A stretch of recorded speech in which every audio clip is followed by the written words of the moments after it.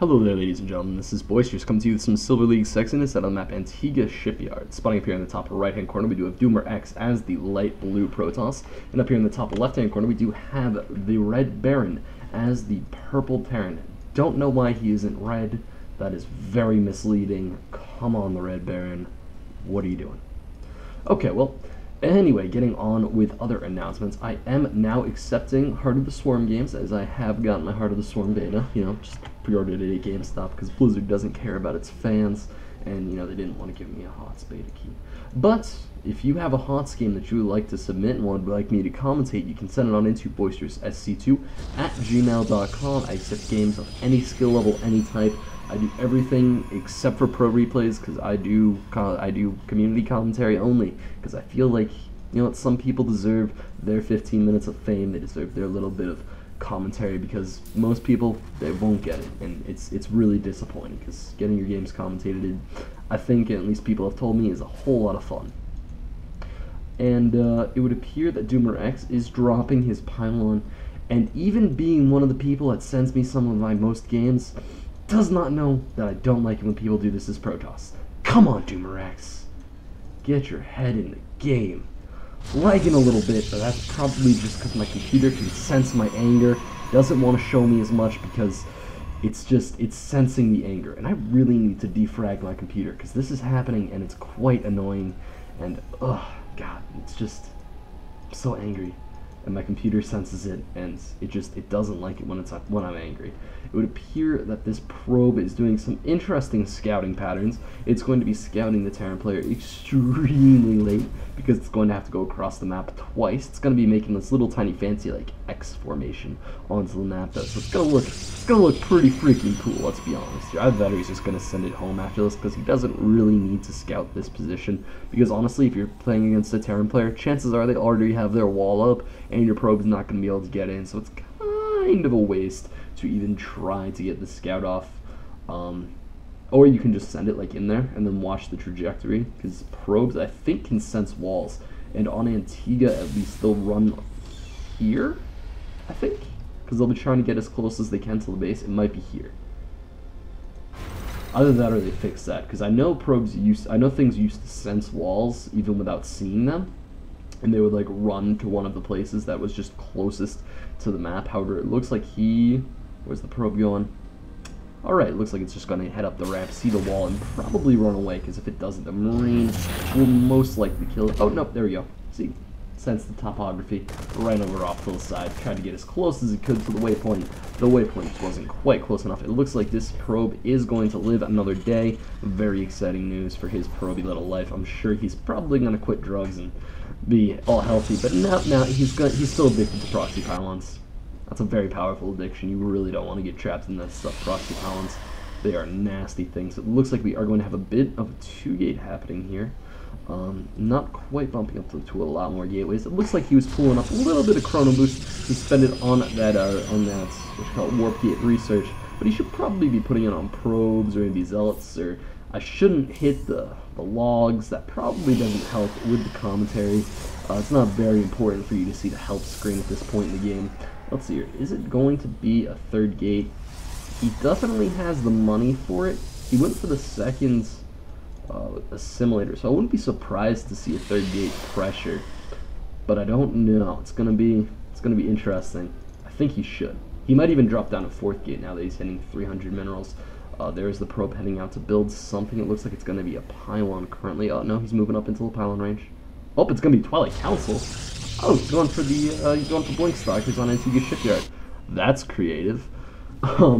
So as we have those Blink Stalkers coming out, we do have Siege Tank research on the way. So RedBaron is actually going to be reasonably prepared. He's going for quite heavy tech. He does have the ability to create Marauders currently. I don't know why I'm zooming in and zooming out so much. It's probably because I'm getting used to using this to move my camera instead of using the edges, because the edges make people nauseous.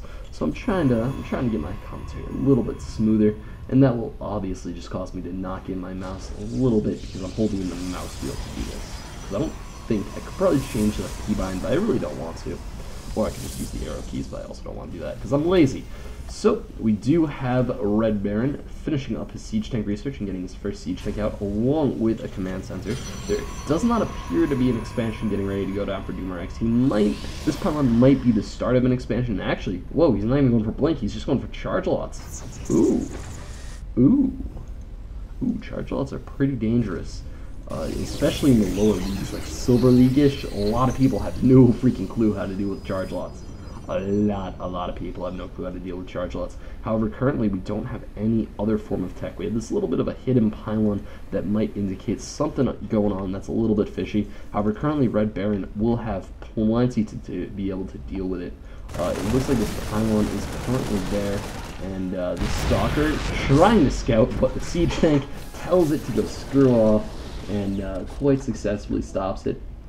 It looks like the small marine force is going to be heading out and scouting around, moving out a little bit very far from his base. I don't quite know why he's moving out this far. He really does not need to.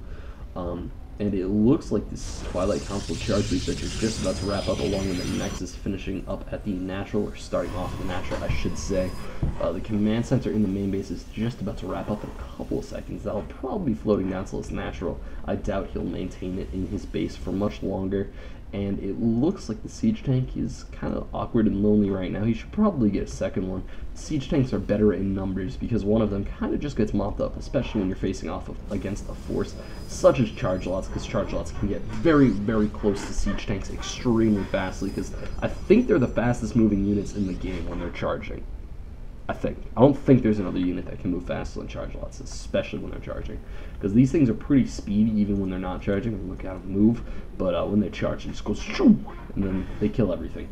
So we do have quite the charge lot ball forming up here, and here's going to be the charges. One Marine does go down, and he does not quite want to engage into the siege tank line, which I can understand. However, with this one Stalker, he's going to soak up quite a lot of siege tank damage, and there is a lot of Marines going to go down. He will be able to break through this line with very, very minimal casualties. In fact, he might only lose that one Stalker, and that is a whole heck of a lot of an army now moving up to the front base, to the front side of the Terran base, and I'm not sure if he's going to be able to hold this off. It's really just going to come down to the fact that he does not have anything to like walk off the repairs from going down. He could really use some force fields, maybe from a sentry, because if he can kill one of these supply depots, it's basically game over. And it looks like there's actually not going to be a pull from the SCV, so this might just be a breakthrough for this Protoss player, and I'm not sure if the Terran player is going to be able to combat this once they get inside, just because of the reinforcements that are going to be coming in from the pylon, and just because of the fact that they are now basically completely camping the production of siege tanks, and siege tanks are really the only way to hold this off. It looks like we have quite a few SCVs now pulling themselves off of the line, but the siege tank does go down, and really that was quite awfully played by the Terran player. Just pull SCVs. Pull SCVs. All you need to do as a Terran player in that situation is hold off a little bit, so you get more siege tanks up. Literally it. You just need those siege tanks, and as soon as you have those, and as soon as you have those defending the front, Zealots aren't really going to be able to break it down that easily, because Zealots will just get shelled and die. It looks like, oh no.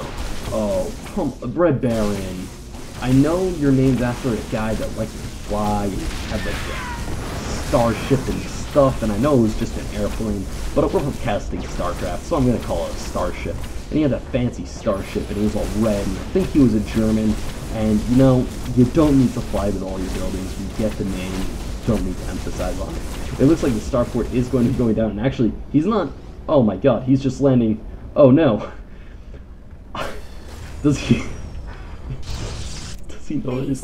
No, he doesn't. He doesn't know, he just landed in his opponent's third base. Oh god, that's very sneaky. That's so stupid. This is such a bad idea. This is not, I don't think this is going to work out quite how he wants it to work out. There's going to be a complete cleanup from DoomerX right now, and it looks like he already found the base. Let's see, is there going to be another fallback, or is it just going to be time for the DoomerX to leave the game? Is there going to be another fallback? Nope, no, this is going to be LOL, GG, and then we're going to awkwardly wait for the game to end, and there we go, the DoomerX drops out of the game. Looks like they did have an observer, and this wasn't quite a ladder game, but you know what?